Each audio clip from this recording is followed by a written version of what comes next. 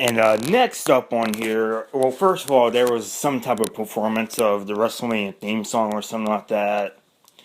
Really forgettable, but also at the same time short as well. It was short, harmless, served as a kind of a break from sort of. It was basically to kind of calm the audience down after a Sting and Triple H. The theme song wasn't really that great. I just watched Survivor's performance of Superstar at WrestleMania 18 on YouTube instead. That's a much better performance than that, but overall it was short, forgettable. Then after this was AJ and Paige versus the Bella Twins. This was the one that I was actually really looking forward to as well, because the whole Divas Give Divas a Chance movement was happening, and so I was really excited to see how it was all going to pan out, especially at WrestleMania. And overall, the match was pretty good. My only complaint is that I wish the match would have gone on just a little bit longer. This match only got like about 6 minutes or so. I really wish it would have gotten at least 10 minutes. Overall, it was longer than most Divas matches at WrestleMania nowadays, but I do wish that they would have gotten just a little bit more time. AJ and Paige win. It was really pretty good. That's the team I wanted to win. My two top favorite divas, modern day now. Love those two. And this was a good match. You know, all four really did bring their A game to this. The only problem, I just wish they would have gotten a little longer match. But AJ makes one of the Bellas tap out to the Black Widow. Well, I think that's the name of it. I'm pretty sure that's the name of it. But the submission move that AJ holds. But yeah, overall good match. Then after this, John Cena versus Rusev. Okay. Ugh. Okay, so Rusev gets like a special entrance. He gets like this Russian soldier march. Finally, Lana comes back. Finally, because she was gone after a couple of weeks. And everybody missed her. Like, if you watched Raw, like, parts of, the crowd are chanting, "We want Lana. We want Lana." And you know what? I want Lana too, because she really does enhance Rusev's whole gimmick, because she's great on the mic. So, yeah, we really missed her. But she's apparently shooting a movie with Edge for WWE Studios. Hopefully it doesn't suck. But anyway, John Cena and Rusev had a good match. I don't think it was as good as their Fastlane match, but it was pretty good. Then the finish, and like some of the finishes here were really weird at WrestleMania. Rusev kind of bounces off the ropes, knocks Lana off. He's distracted by that. Then Cena AAs Rusev. 1, 2, 3. He wins. He beats Rusev's streak. I disagree with that so much. First of all, Cena did not need the United States Championship. Did not need it at all. Maybe 10 years ago he needed it, but now he really doesn't. So that was really confusing. And Cena, of all people, should not have beaten Rusev's streak. I'm not saying that Rusev's streak was like an Undertaker type streak, because it wasn't. I mean, I'm a fan of Rusev, but the streak was not like Undertaker level. It's like, but to build a monster like that, you need to have him be legit. And to have him with an undisputed streak is pretty much him being an absolute monster heel. And a win over John Cena would make, fans go, okay, this guy is for real. He got to win over a former WWE champion. He got to win over arguably the top guy. This guy is legit. This guy is a big deal. But they didn't. And I'm hearing that they gave John Cena the United States Championship so they could legitimize the championship and make it seem important again. And that's pretty cute. But, why not build up a younger superstar with the championship? Make it mean more that way. So that's just, it really confused me on that level. Overall, good match, but I highly disagree with the finish. Then we got some type of in-ring segment with the Authority, Stephanie McMahon, and Triple H. And they were announcing the record-breaking attendance like they do every WrestleMania. Then The Rock comes out. He's kind of playing off what he and Triple H did on some type of anniversary episode of SmackDown. And so they faced off at WrestleMania. Stephanie slaps Rock. Tells Rock to leave. Rock leaves the ring. Then he walks ringside. And he looks at Ronda Rousey, who's the UFC champion. Like some type of female UFC champion. I don't watch UFC, so I have no idea what kind of champion she is, or if she's good. I'm hearing that she's really good. I think she beat somebody in 8 seconds or something like that. Some crazy short time like that. So I'm hearing that she's actually a legit fighter. I don't watch UFC, so I have no idea. But I am hearing that she's pretty good. That she's some type of female UFC champion. But anyway, so she ends up whipping Triple H over and holding Stephanie McMahon's arm. Any move, she probably could have broken the arm, at least in storyline anyway. And I think that would have been really interesting if that happened. But my guess is that they're kind of saving this match for a future. They're either going to have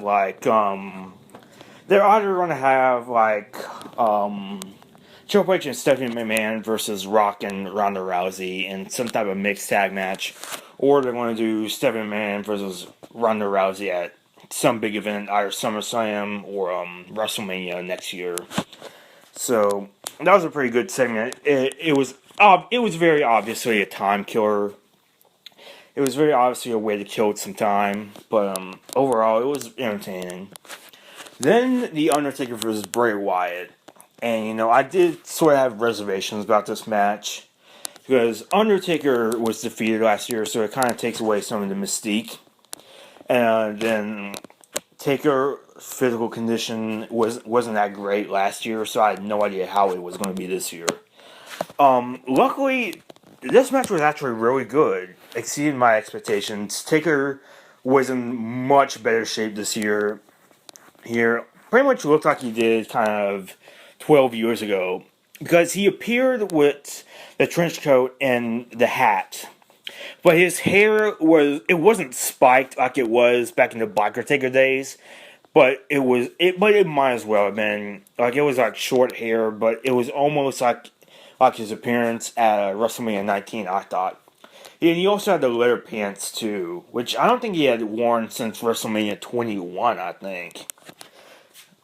He wasn't wearing his new tights or something like that. I don't know what you would call that. But it was his leather pants that he had worn for much of his Biker Taker days. So that was really cool to see. So overall, this match was really good. And at first, I was kind of worried that this would basically just be a squash match. Taker squashing Wyatt. But luckily, it was a bit of a back and forth match. Seeing Wyatt deliver his sister Abigail to Taker was pretty bizarre, but pretty cool at the same time. And what I loved about this match most of all was Wyatt does that little spotter walk that he always does, while Taker was just down and out in the ring. Then all of a sudden, as Wyatt gets closer and closer to Taker, Taker sits up. And that was amazing booking. I really loved that moment. So Taker tombstones Wyatt for a second time. He wins the match. It was a pretty good match. Then the main event, which I'm sure everybody wants to see. Brock Lesnar versus Roman Reigns for the World Heavyweight Championship. And I swear to God, everybody in the world apparently loved this match. I was not one of those. I must have been watching a different match because I was just not liking this match at all. And it probably doesn't help that I'm not a fan of Brock Lesnar. I'm the opposite of that. I hate Brock Lesnar. I cannot stand that guy. The fact that we have a part-time champion or had a part-time champion was absolutely ridiculous, especially considering how long he held on to the championship. That was bull crap. Just the fact that he did not appear for most of the year, for most of his reign, he wasn't even there. If at times it felt like we didn't even have a champion. And I get what they were trying to do. They were trying to take it back to the old days where you rarely saw the champion fight, where it was a special occasion. Like, first of all, we are in a different generation. You know, we are used to seeing champions fight. We do not need to go back to the way it was done before. I don't know, but you know, I don't know. Just I cannot stand Brock Lesnar. He only has two moves, and the one move that he does know, he repeats all the damn time. German suplex, German suplex. That's all he freaking does. Besides the F5. Just, I cannot stand Brock Lesnar as a wrestler. I just cannot. And Roman Reigns, I mean, I like the guy fine, but he was nowhere near ready for a main event. And most of this match was basically Brock Lesnar beating up Roman Reigns. That's all it was. Like, Reigns would get a few shots in that sometimes, but for the most part, it was just Brock Lesnar beating on Roman Reigns. Which I'm sure made all the Roman Reigns haters glad, but personally, I just found it really boring. If it wasn't for the finish of the match, it would have been just as boring as SummerSlam 2014, where Brock Lesnar pretty much curb stomped John Cena. I found this match really boring, personally. Then Seth Rollins' music hits, and he cashes in his Money in the Bank contract successfully. Like, he curb stomps Brock Lesnar. Brock Lesnar gets speared by Roman Reigns. And Seth Rollins curb stomps Roman Reigns, and Seth Rollins wins the championship, which I was so glad that happened. I mean, I really love that. Because I was really hoping that Rollins would cash in at WrestleMania and end the torturous reign of Brock Lesnar. And I'm so glad he did. Because now we have a full-time champion. Now the champion's going to appear every week. And that's going to be awesome. I almost forgot what that felt like. But anyway, I thought this was a bit of a bad match. And I mean, I can see why people liked it. And near the end, it was getting good. I just felt that for a WrestleMania main event, Brock Lesnar and Roman Reigns was pretty boring. You know, I think it should have been more of a back and forth match. But I don't know. That was just my opinion, honestly. I can see why people liked it, but it just wasn't my cup of tea. But when Rollins came in, that's when it became entertaining for me. So overall, WrestleMania 31 was really good. I'm not sure if it was as good as WrestleMania 30 last year, but it was a hell of a lot better than WrestleMania 29. Probably the best WrestleManias. 30, 31 are probably the best WrestleMania since WrestleMania 24 or 25, maybe 24. So overall, WrestleMania 31 was really good. Definitely check it out if you can. Really good event. And for all of the crappy build-up, it definitely delivered. So I really like this WrestleMania. So that's all from me. And I'll check back either later today or tomorrow with some Raw and SmackDown aftermath. And I'll see you next time.